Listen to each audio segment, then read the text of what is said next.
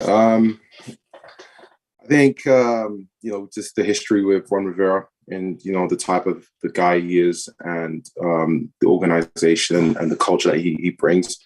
He obviously he gave me my start in the NFL and gave me that opportunity to showcase what I felt like I was capable of. And I felt, regrettably last year I felt like I should have made that decision earlier, but having the opportunity to do that, I didn't want to make that same mistake. And it just feels like a good fit. I just want to be a part of that culture again, and part of that culture that he creates.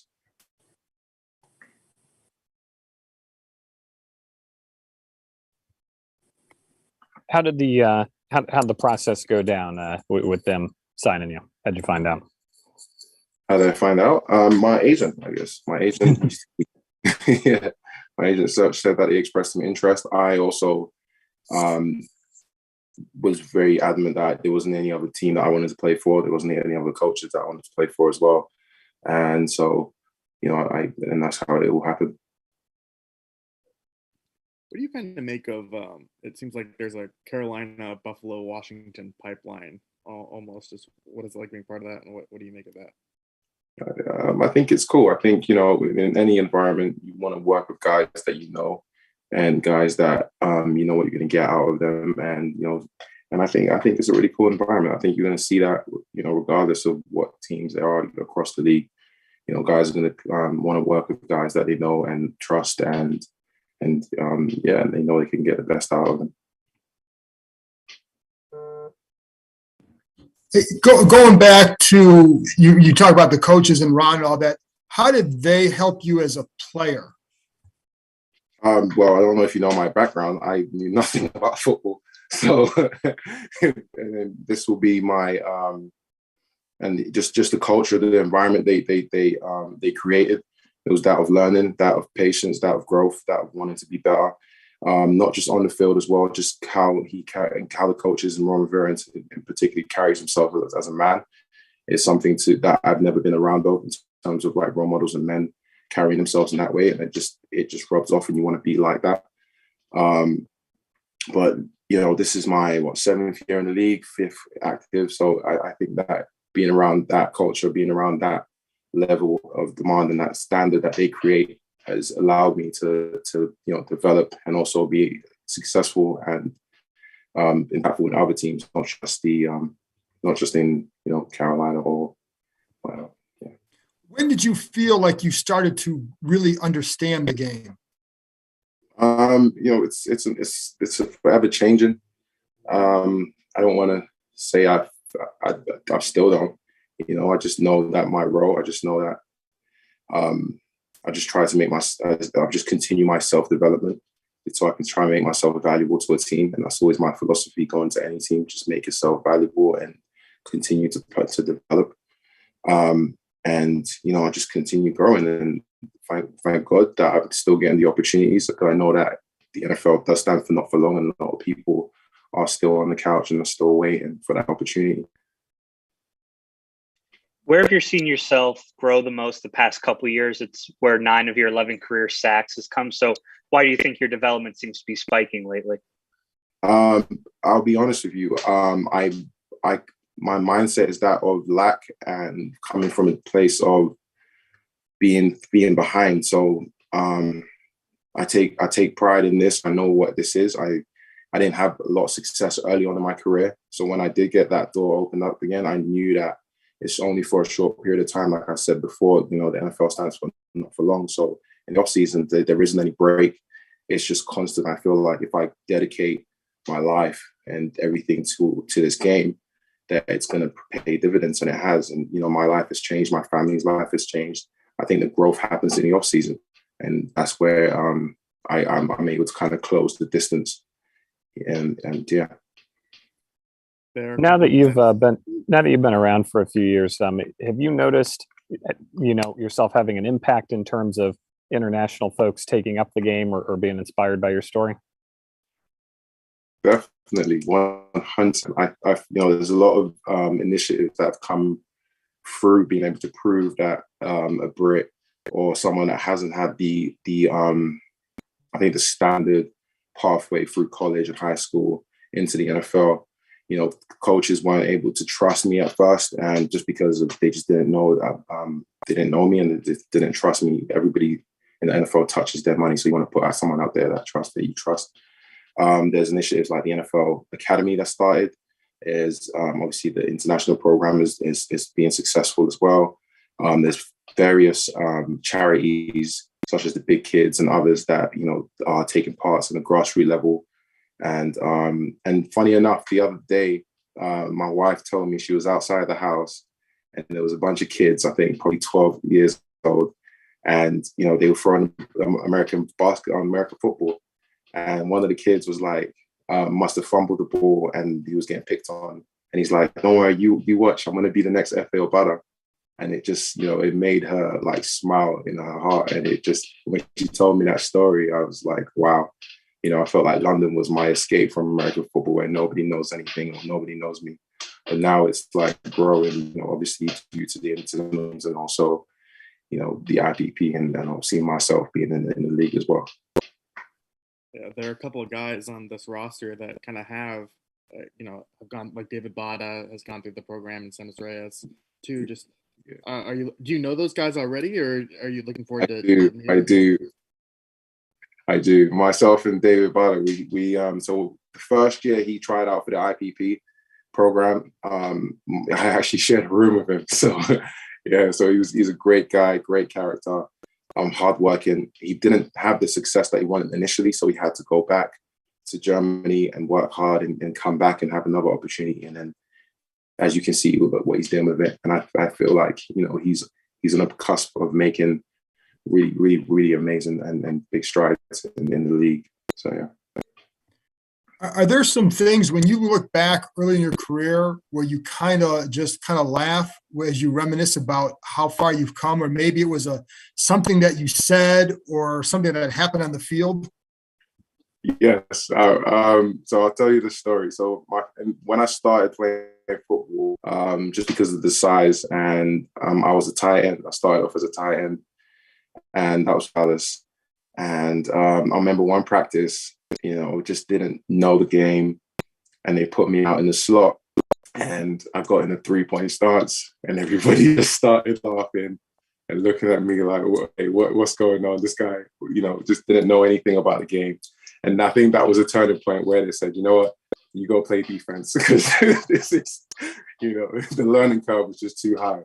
But that was really funny, got my ass kicked a lot just because of the lack of experience and lack of knowledge, but it made me, build that callus, and it made me want it more, and it made me who I am.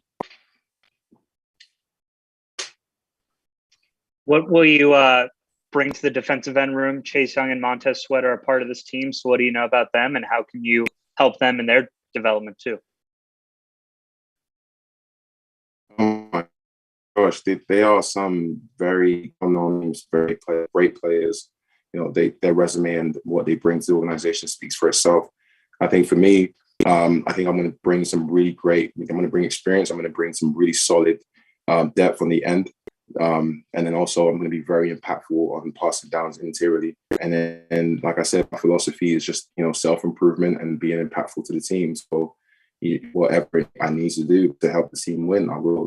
Whether it be special teams and things like that. And that's how I go into it. And yeah. Efe, who did you speak to? Whose advice did you seek when thinking about your next move from Buffalo to where you've ended up? How are you doing, by the way? I'm doing good, Siren. How are you? Well, in life, as a man, I think if you found a good one, it's definitely always going to be your wife. Because every decision you make is going to impact her and my family. So that's really it. Like I that's who I go to for advice in everything. Yeah. So it's her advice.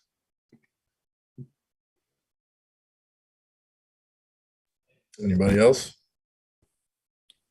Efe, what's your relationship like with Ron Rivera? Obviously, it's got to be strong for you to be teaming up with him again in DC.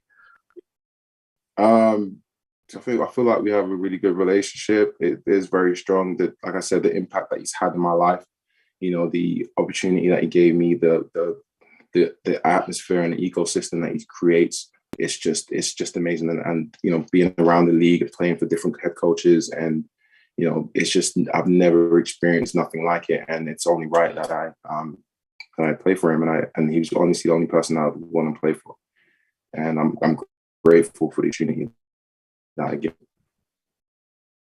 At the end of the AFC Championship game, sorry to bring this up, Efe, did you feel that the overtime rule was fair? And has your feelings changed, or have they changed over the coming weeks since then? I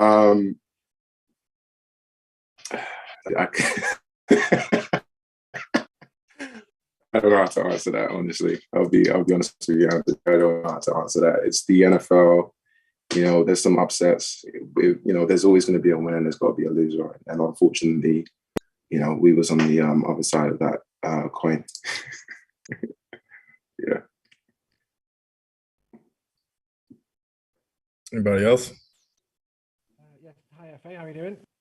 I'm doing good. Who am I speaking to? It's Paul here. I'm waving. Hey, Paul. How are you? I'm great, thank you. Just going back to before about what your wife said about the kids playing ball and saying, I want to be the next Efe Obada. Do you feel like you're a trailblazer or a role model when you're out there playing? When I'm on the field, honestly, no, because I'm just totally focused on my job and executing at the high level. When I do go home and I get involved with the kids and the academy and things like that, and I just see the impact that I have in being able to communicate with them, and just being able to have my accent, and the fact that they're so excited about American football. And a lot of them know way more than I do about the NFL and the passion that they have for it. And I picked up the sport fairly late, and you've got these 14, 15, 16-year-old kids just excited about this game. Obviously there's lack of opportunities, and that's something that hopefully will change with time.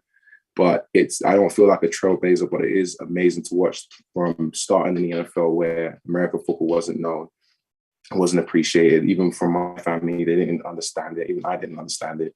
Now there's kids, the younger generation that are so, it's gone from playing FIFA to now playing Madden, and that's amazing. That's amazing. And when they ask you for advice, as I'm sure they do, is there any sort of golden nuggets that you've got for them? Like, is it more of a physical thing? Do you have to have the physical tools and then you can learn playbooks, you can learn plays, or do you have to have a combination of both now? I think my advice will be very individualized, because I don't want to just put out the generic stuff. It's just individualized to the individual that I'm speaking to. But generally, my advice to them is, make sure that you stay in school, keep your grades up, and the opportunities aren't really in the UK. So if there's a way that you can try and find your way out to America through scholarships or doing your SATs and things like that, obviously training and hard work and the access, physically important from that perspective. But you have to get in the right opportunity. You have to get in front of the coaches to be able to get that opportunity. And that's kind of why I like trying to embark on it. But generally, like, the advice it varies a difference. And sometimes it's not just all about football, because of the life experiences that I have. And some of the kids are still going through that. So I'm able to kind of embark and communicate and advise them on that as well. And I'm sure they do, but I'll ask as well. Do they ask you what your crowning glory of your NFL career so far to date is? Was it sacking Brady and Rodgers in the space of a couple of games?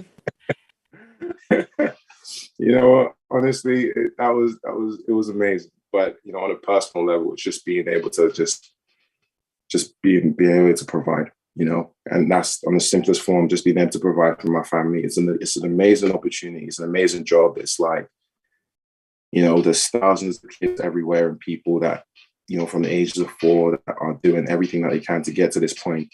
And like I said, it's just being able to be around and still be in the NFL, and then still being able to provide for my family.